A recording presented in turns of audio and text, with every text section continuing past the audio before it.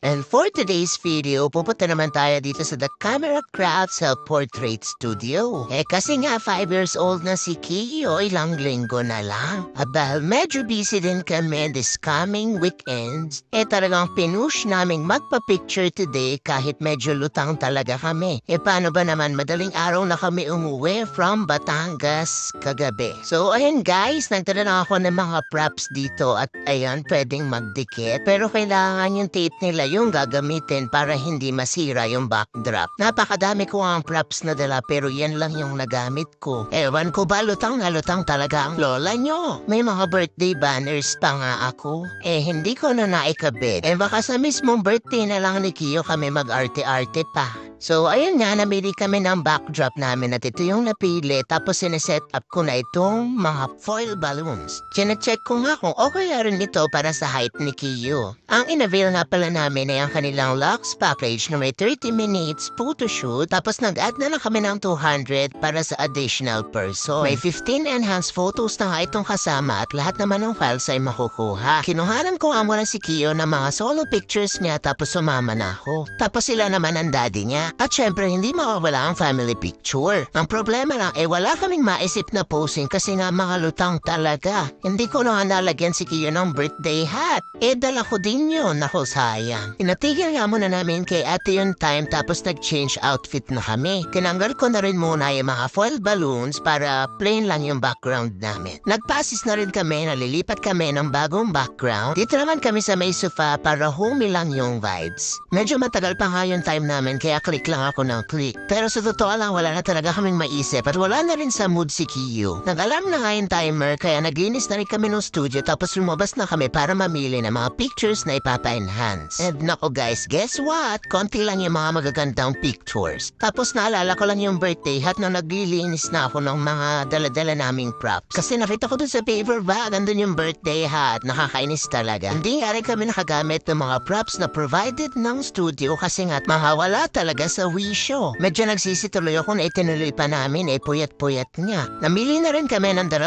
picture na ipapaprint at ito yung napili namin. Tapos nag-additional pa kami na 100 para sa print nitong isang malaki kasi gusto ni Daddy Kenan para daw may bagong picture sa wall namin. Opa! At pagkatapos nga namin magpa-picture ay umuwi na rin kami para kumain at natulog na talaga kami kasi hindi na talaga kinaya ng energy.